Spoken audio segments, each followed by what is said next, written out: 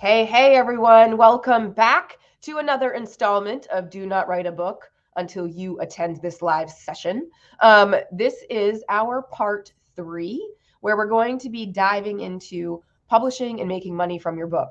But before we just go rogue and start telling you all the things, let's just remind you of why you're here, why we're here, and what the heck we do in the publishing world. So, number one, Bridgett and I have a book coming out next month called Do Not Write a Book Until You Read This One. And we're giving you a sneak peek of all the fabulous content that's inside those covers by doing these live streams. So if you haven't caught the first couple, you're going to want to go back, scroll through our feed and see those first two, because we've been taking these things in the sequence of events as we've outlined them in our book, and also as we think that you need to have them when it comes to writing yours.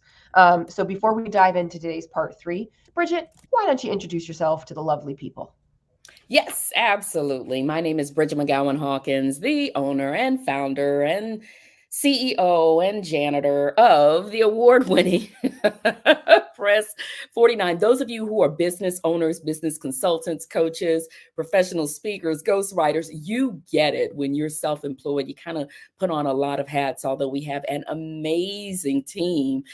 They're just as busy as I am, where we're taking care of those nonfiction manuscripts and getting them gorgeous and ready for production and distribution on the likes of Amazon, Barnes and Noble, Books A Million, and other online retailer sites. So yeah, that's pretty much the Bridgett McGowen-Hawkins Reader's Digest version of what I do.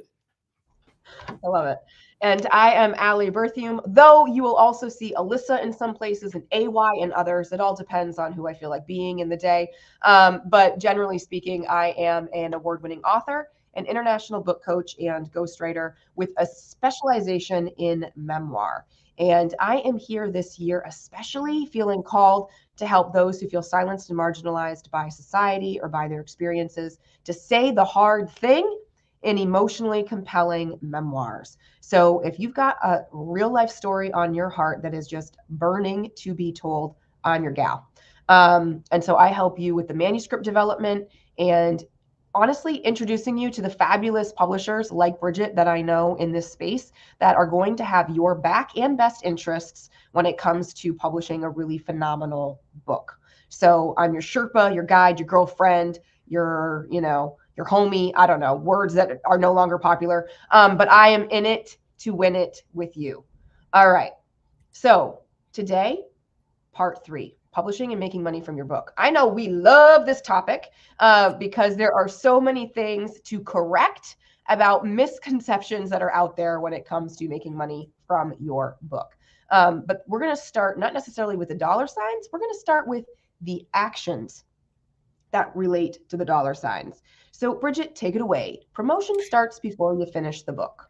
Oftentimes, we'll have authors come to us and they'll ask, when can I start talking about my book? And my response is yesterday, even if you're not done with your book. And there's a couple of reasons for that. One, it can serve as a motivator for you to get the book done. If you and your publisher have settled on a title for your book and you've got some assets, meaning you've got some high quality graphics, you've settled on your cover, even if you don't have graphics yet, just putting it out there to the universe that you have a book on its way and you can start telling people a little bit about it, it motivates you to get it done because now you've got this world waiting for this book that you have announced. Another reason is because you are going to have more questions about being an author than you're going to have book sales if you wait until the day the book is released to say, hey, yo, I've got a book, I'm an author, all of a sudden.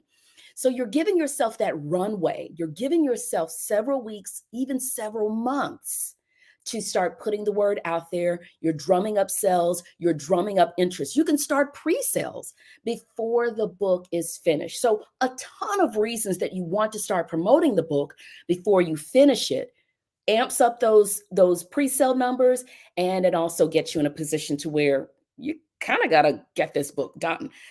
And you don't want to just kind of wait and hang out and finally tell people about it because folks are going to scratch their heads about it. Now, when it comes to promoting your book, it's not just about sales either. And it really is about establishing yourself as that thought leader, as that expert. I mean, sales are important, and we're going to get to that in a second. But I go back to what Allie and I have talked about in the first couple of parts of this live series, and that is the mindset that we want you to have. It's not about, oh, I need to sell enough copies of my book to pay my mortgage or to whatever. I mean, that would be nice. However, let's be very clear. The average self-published or even hybrid published book is going to sell about 250 copies in its lifetime. Now, if you have self-published and you're sitting there thinking, I did 250 copies in pre-sales, toots, what are you talking about 250 copies? I say kudos to you. You are above average. The average self-published book or hybridly published book or vanity press published book is going to sell about 250 copies in its lifetime. So we don't want you to focus so much on the book sales when you're promoting, but you're promoting your book and yourself as a thought leader, as someone who is an expert in that space. Anything you want to add to that promotion piece, Allie? So, well, this actually is a perfect segue into like the second part of this, which is that you're the best marketing tool that your book is going to have. Okay. You are the mouthpiece of your book. Your book is not going to walk and talk itself around and let people know that it exists. So, this idea of write it and they will come, meaning that a lot of people tend to write and publish the book and then, oh yay, it lives on Amazon or it lives on Barnes and Noble or it's searchable, by the internet and can be found in any number of other, bookshops or online retailers, that means that people will just automatically gravitate towards it and find it, is wrong. It's just not, it's not helpful to you, and it's not going to bring business in the way that you want it to. And we're going to talk about this idea of the book as the center of your wheel here in a second. But where I want to just land when it comes to the promotional piece and then your part in that is, again, going back to something we said in the first live stream, which is that you are the CEO of your business. And that means that you're the CEO of your book. Okay. So as that CEO, you are the representative. You are the face of the company, okay, of the book itself. You have to be willing to promote it, because if you are not willing, nobody else will be. Nobody will love your book the way that you love your book. Nobody will know your book the way that you know your book. Nobody will be able to speak up to its unique selling points, its wonderful content, the way that it can help your reader, who's probably also your ideal customer if you're a business owner or entrepreneur with a book. Okay, so you are your best asset. The book is another asset, but you are really your best tool when it comes to making sure that your book, which is your final product, gets into the hands of your consumer. We can't stress that one enough.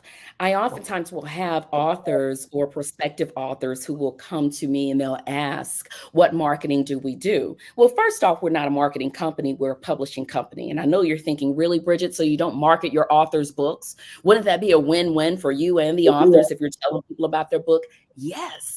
But that's not our sweet spot. Absolutely, we're going to talk about your book and we're going to post about your book leading up to when it publishes and even after it publishes. Oh, by the way, happy anniversary to Chrissy Doss. Today, January 23rd, marks the 1-year anniversary of her book, Delegate Your Book. So make sure you go grab a copy of it. See what I mean? We still remember when books are published and we still talk about them. But the thing is, like Allie said, you are the best marketing tool that your book could ever have. It doesn't matter what PR firm you hire, what book marketing agency you hire. They have a whole roster of clients. And this is not to say you're not important to them. It's to say that the passion you've poured into your book, what you know about your book, what you know about your target audience, what you know about what they're searching for, the questions they have, the challenges that they have, and then the answers that your book gives, nobody's going to speak the language about your book the way you're going to speak the language. It's like it's your baby. And I think we even make that analogy. in the earlier parts of the book. Nobody is going to uplift and shout how fabulous your child is like you will, whether it is your physical child or whether it is your book child. So we just cannot stress that one enough. Nothing wrong with hiring someone to do the work or support you in those marketing efforts, but I'm telling you, nobody's going to get down and talk about your book the way you're going to get down and talk about it. I think too that, you know, the idea that the publisher will help you market is also a little bit of forgetting that by the time you get to the publisher, you would have already worked on the book for this length of time. Your journey with the publisher is this length of time, right? So you've just lost all of that runway of promoting your book by waiting to you know, waiting for the publisher to help with that, or assuming that they're going to do a big amount of it, right? And then when you're done working with the publisher, to assume that they're going to still be focused on your book after the fact. I mean, yes, to some extent, but as you pointed out, Bridgett, they have so many other new books coming to be the front list that they're not going to necessarily be able to put all the attention on the backlist, the books that have been published previously. So, you know, now you're through the publication process and you are your own team, right? Like, you know, the publisher has done its job and now you've got to do your job, which is to promote your book. So get in the habit of promoting it at the very beginning when you're working on it. Build up your audience, build up your visibility, build up your voice, all those things, so that your job of continuing to promote your book after it's an actual physical copy will be easier to do. But we need to get off this soapbox because we got a whole other soapbox that we got to jump on that really needs some time and attention, which is all around this idea of return on investment. Because this is where people super duper get tripped up, right?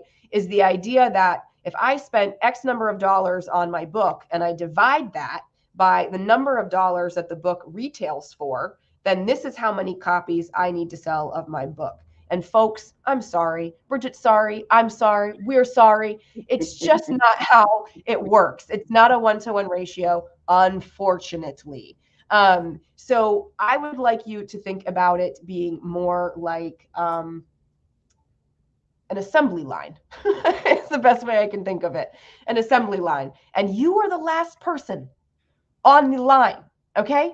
And now I'm going to let Bridgett put some dollars and cents in here when it comes to this ROI picture. I'm going to give it my best shot, Allie, of not making this feel like you're in that horrendous high school calculus class or anything like that. For some reason, I had a flashback the other day about my high school calculus class, and the teacher's name was Mr. Newport. I don't know where that came from, but it just flashed into my head, maybe in preparation for this conversation. So I'm going to do my very best not to make this feel like it's this painful math class from high school or college. So it's not a one-to-one ratio. Here's the deal. Let's say, and I'm going to give you some hypotheticals here. While they're hypothetical numbers, they're pretty realistic. So let's say your paperback book retails for 20 bucks, $19.99. Okay, on Amazon. And I'm choosing Amazon because it tends to have the numbers that are most favorable to the author. So let's say you publish it yourself. You don't work with a publisher, and we'll talk about those numbers in a second. You publish it yourself, you do all of the work, and you take care of getting it published on Amazon. It retails for $20. No, that entire $20 bill does not go into your pocket because Amazon has to create the book. So they have to pay for the paper and the ink and the glue and all of that good stuff to produce the book. So let's say the production cost is about $4 for your book. Okay, so now we're down to $16. Nope, don't even start calculating. Those $16 do not go into your pocket after Amazon takes its cut for how much it costs for them to produce the book. Amazon is not a charity. It has to make money to keep its doors open, to pay its workers, and so on and so forth. So it is going to take 40% of that $16 before you're able to take any royalties. So let me think very quickly. Why didn't I do something smart instead of coming up with this. Let's pretend it costs $5 to produce your book. Now we're down to $15. Amazon is going to take 40%. So that means Amazon is going to take, what is it, $6 of that $15. It's going to take 40% of that remaining $15. So that $20 book on Amazon that you self-published is now going to net you about $9 in royalties. However, if you work with a hybrid publisher or an independent publisher, then the independent publisher is going to take anywhere from 50, 60, 70, my apologies. The independent publisher or the hybrid publisher is going to take anywhere from 15 to 30% of that remaining $15. $20 retail, $5 to produce it. Amazon is going to take 40%, and then your publisher is going to take anywhere from 15 to 30% of that remaining $9. And what's left from that is going to be your take in royalties. So your $20 book, just plan on getting about less than 50% of what it's going to retail for, whether you self-publish it or whether you work with a hybrid publisher or an independent publisher. Again, it's not a one-to-one ratio, but that's why it's so important that you don't get hung up on, ooh, if I sell X number of copies of this $20 book, then I'll make back all of my money that I invested in getting this book to market. Don't get hung up on that. That's what takes us to the next and biggest part of this conversation of how do you make money off of your book without selling a copy, without focusing on selling one single copy? Because I'm going to tell you, my friends, that's what your girl Bridgett does. I don't focus on those book sales on Amazon or Barnes and Noble sites. That's good. But I'll tell you right now, and I know this is going to sound really irresponsible, but I'm keeping it real. I cannot tell you how many copies of any of my books have sold right now. I couldn't. That doesn't matter to me.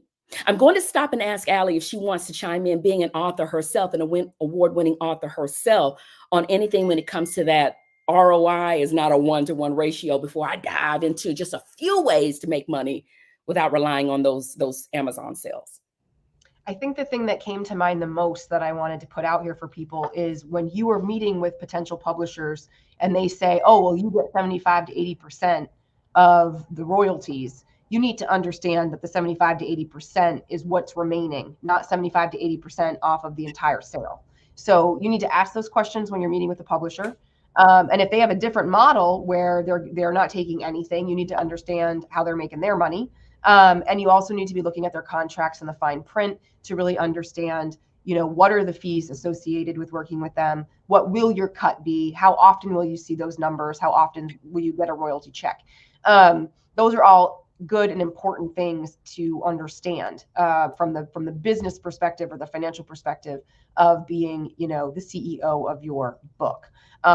Because even if royalties aren't the main way that you can make money off of your book, and it's not the thing that we would suggest that you wait around for, we would definitely not recommend that you just ignore it completely about how the numbers work and what you're actually agreeing to when you're signing on the dotted line to work with a publisher. And not all publishers are created equal, generally speaking, but also when it comes to this ROI picture and the royalties and the amounts. So Bridgett already started to segue us over to the book is at the center of the revenue wheel. And I can't wait to see what she has to say. The only thing that I will say about this is, again, think about a wheel, and that the hub of that wheel, that all the spokes are attached to, okay, are your book. And every single one of those spokes is a different avenue that creates opportunity for you to be kind of sold, right? Your ideas, who you are, what you're about, the services that you provide, and the book might be able to open up those doors. Bridgett, take it away. Absolutely. And I want to plug the book again, because you brought up important questions to ask potential publishers. We have created a list of questions to ask not just publishers in Do Not write a book until you read this one. We have a list of questions to ask editors, ghostwriters, publishers, and so on and so forth. So don't fret if you're sitting there thinking, wait a minute, what was that question I need to ask? We have a robust appendices, and I know one of the appendix in there is the list of questions to ask those different service providers that you'll come across your path as you're getting published. So just know that we really took out a lot of time to think about those questions. So now into those different avenues. Like Ali said, look at your book, yourself, and your brand as the center of that hub. That is the middle of your revenue wheel.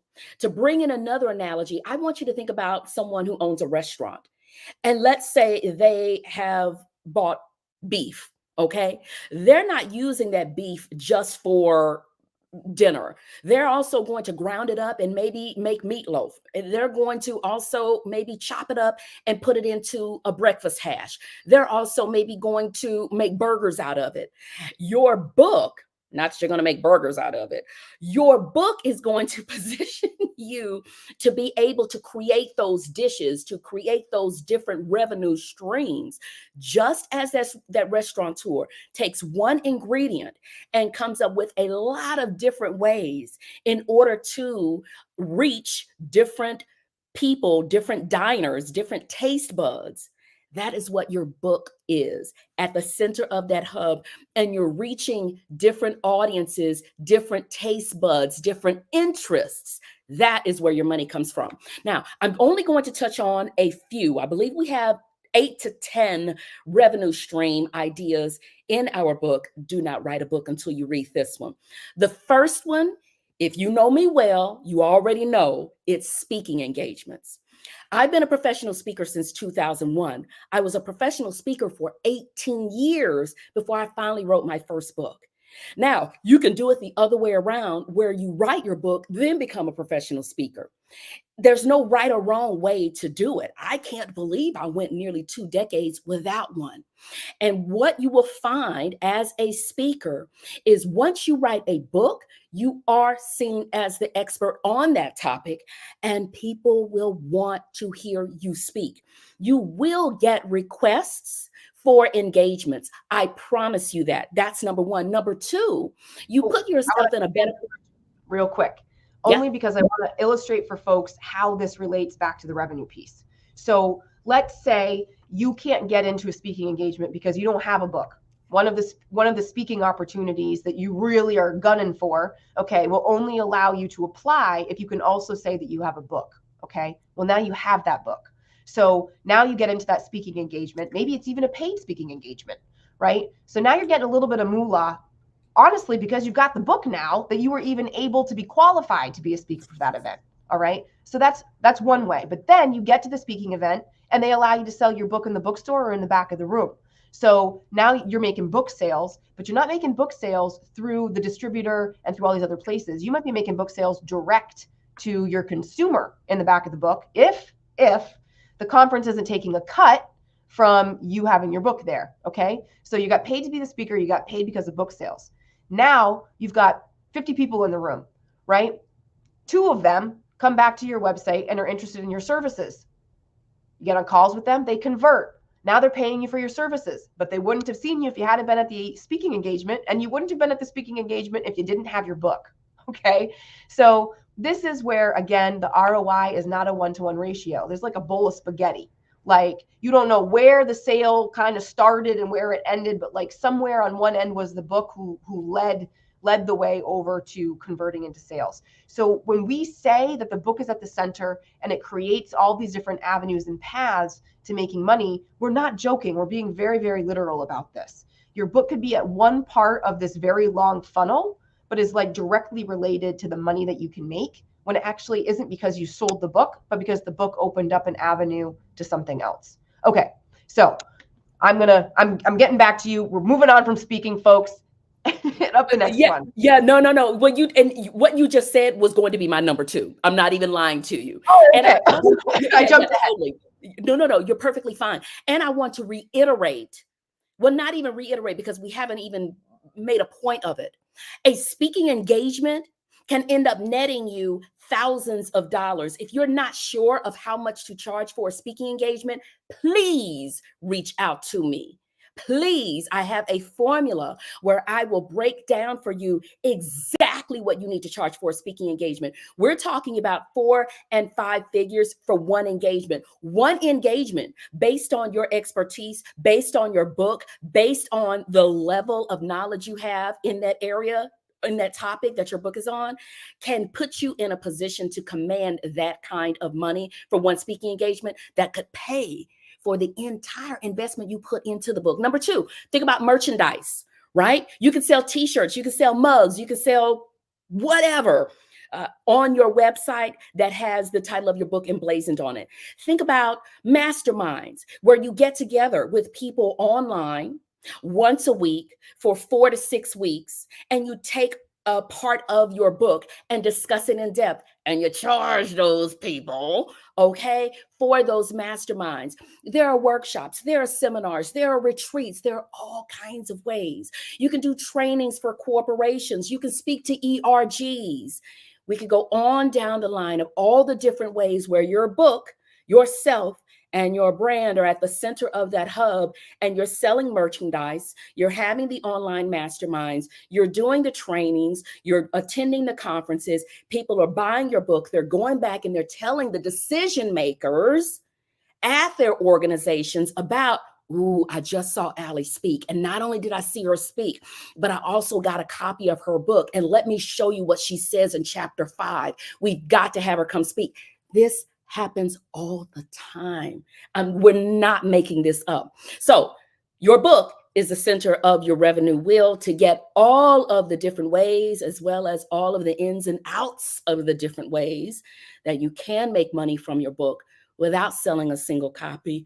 Get your copy of Do Not Write a Book Until You Read This one. And I'm going to just piggyback off of that. So I'm going to tie a couple things together here. Today, we're talking about this part 3, right? Publishing and making money from your book, with this whole idea around how the book, is the center of this revenue hub. But we also said at the very beginning of these series of live streams, back in part 1, where we were talking about the things that you should actually have decided before you write a single word, was about your strategy.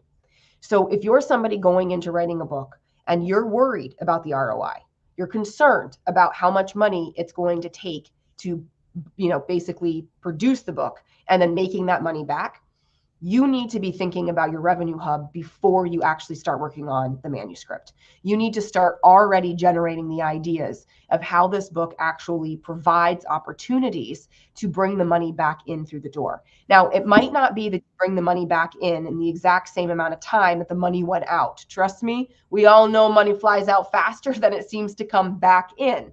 You need to see your book as a long-term investment, okay? You might have to invest a little bit up front before you receive, you see the return back, but it doesn't mean that the return won't be there. Perfect example, I think, Dear Universe, I Get It Now was my first book in 2020. I'm still selling it. I'm still promoting it. I'm still finding new ways to generate revenue from it. And honestly, there's been a couple of people that I've sent it to as potential clients that once they've read it, they've decided to sign. So in a lot of ways, that book has already made its money back, just not in the form of it being about the sale. Okay. So think strategically, put that CEO hat on, start to really come up with that budget and business plan. All right. Around how your book is going to bring the dollars back in, because they'll definitely be flying out in the first instance. I had a call, as a matter of fact, just yesterday with someone who's thinking about writing a book, and I loved the conversation we had. He had about 3 different ideas, but one of them was, you know what, Bridgett, I need to come up with my big ticket offer that I know I want to put out there, but that is going to directly connect to the book. I don't want to write the book right now, because ultimately I want the book to lead people to this bigger ticket offering that is going to solve the problem that I discuss in my book. And you see a lot of people who do that. The E-Myth is a really good example of how that's done, where the author spends a lot of time answering questions, solving a problem, but then he also references a big ticket offer that he has. And it's in a nice, subtle way. It's not salesy. It's not gross and slimy. And so that was a conversation I had just yesterday that I remembered, where, like Ali said, you want to think strategically about it. It's not about the $20 book sales on Barnes & Noble's site. It's about the long game. Absolutely. Couldn't stress that enough. The long game, the long game, the long game, and having your strategy and making a plan before you pen a single word. This is so important, folks. And this is one of the reasons that we even wrote Do Not Write a Book Until You Read This One, because this very problem, the misconception around the ROI, the not having a strategic plan in place, not understanding how the book leads to other dollars, were three of the common things that we were constantly seeing with first-time authors who had never done this before. And we wanted to set the record straight. We wanted to give a guiding hand. We wanted to help you all out. You don't have to make the same mistakes that either we did in our first books or that we see a bunch of other people doing, as they embark on this kind of very long journey of writing and publishing a book. So you want Do Not Write a Book Until You Read This One as your desk reference, your handy friend and guide. Highlight it, dog ear it, mark it up, underline it, put notes in it, post-it notes. We want love all over this book in any form that you can give it, because we truly believe in the power of it helping you on this journey to get it right the first time through. Now, that said, we're going to do one more live stream. Next Tuesday, last Tuesday of the month, we'll be live again at noon for our very last part, calling in the pros. So in this last section of our live stream series, we're going to be discussing, when do you call in professionals to support you? And who the heck are they? And why do I need them? And what do I ask? So if you're shopping around for those service providers, you don't want to miss this particular live stream. So before we wrap up, I just want to encourage you, go visit Press 49, see what Bridgett and her team are all about with their award-winning books. Jump on a strategy call, get in touch if you are thinking about publishing this year and you're looking for an ideal and awesome publishing partner. Press 49 is going to have your back. And if you're not quite that far along in the journey and you're needing a little more help with the manuscript development, then I would love for you to come and visit the Right Place, Right Time, sign up for the emails, book a 20-minute free story stroll. I'd be happy to hear what you're trying to work on and what your stumbling blocks are. So folks, before we hang up, we've got comments. Love the professional speaking route to serve more people. I've definitely gotten a lot more negotiation speaking engagements since I published my international best-selling book, Negotiate with Success, How to Get What You Want When You Want It, Faster and Without a Fight. Thank you for sharing your expertise on this topic. Wonderful. We're glad that it resonated with you and that you've seen success in this very thing that we were just illustrating. We could not have put this person, we didn't plant them, folks. They've come to us organically and they've said the things that back us up. And somebody else said, congratulations on your book. I will buy it and recommend it. Thank you. Thank you. Thank you. Spread the good news and good word to all. So folks, that's a wrap for us for today. Remember that you can grab your copy of Do Not Write a Book Until You Read This One, and we will be back with you all next week. Bye for now.